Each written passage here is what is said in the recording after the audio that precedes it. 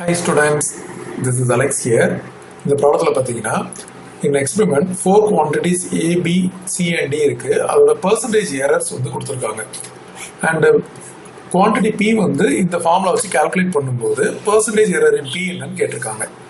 So நம்ம percentage error in P அப்படின்னும் போது நம்ம dP by P into 100 அப்படின்னு எடுப்போம்.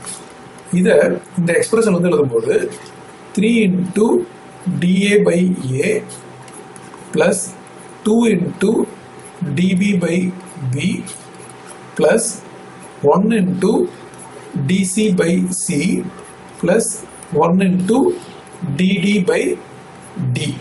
அதாவது நம்ம என்ன பண்ணியிருக்கோம் அப்படின்னா இந்த பவரை வந்து ஃப்ரண்ட்ல போட்டுட்டு அதோட சேஞ்ச் இந்த value by original value. So இதை டோட்டலாக இன்டூ 100 அப்படின்னு போட்டோம்னா நமக்கு வந்து பர்சன்டேஜ் எரர் இன் P கிடைக்கும். ஸோ இதான் வந்து ஜென்ரல் ஃபார்மேட். ஸோ பவரில் இருக்கிறது இப்படி வந்துடும், நியூமரேட்டர் டினாமினேட்டர் இருக்கிறது எல்லாமே வந்து ப்ளஸில் வரும். ஸோ இதோட கான்செப்ட் நம்ம அப்ளை பண்ணி இந்த இடத்துல வேல்யூவை சப்ஸ்டியூட் பண்ண போகிறோம். ஸோ இங்கே வந்து 3 into dA by A அப்படின்றதே வந்து பர்சன்டேஜ் எரர், அது வந்து 1%. ஸோ 1 ஆகிடும்.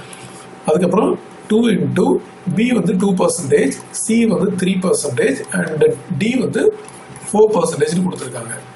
ஸோ இது டோட்டலாக வந்து நமக்கு பர்சன்டேஜாகவே கிடைக்கும்.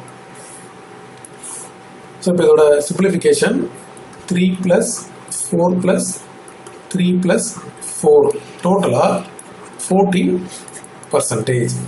ஸோ கொடுத்துருக்க ஆப்ஷனில் ஆப்ஷன் சி. ஸோ இந்த மாதிரி பர்சன்டேஜ் எரர் ஃபார் ஒரு எக்ஸ்பிரஷன் கண்டுபிடிக்கணும் அப்படின்னா நமக்கு பேசிக்காக இந்த கொடுத்துருக்க எக்ஸ்பிரஷனுக்கு நம்ம வந்து பர்சன்டேஜ் எரரோட இந்த ஃபார்முலாவை எழுத தெரியணும். இது எழுத தெரிஞ்சுன்னா நம்ம டைரெக்டாக வேல்யூஸ் எல்லாம் சப்ஸ்டிட்யூட் பண்ணிடலாம்.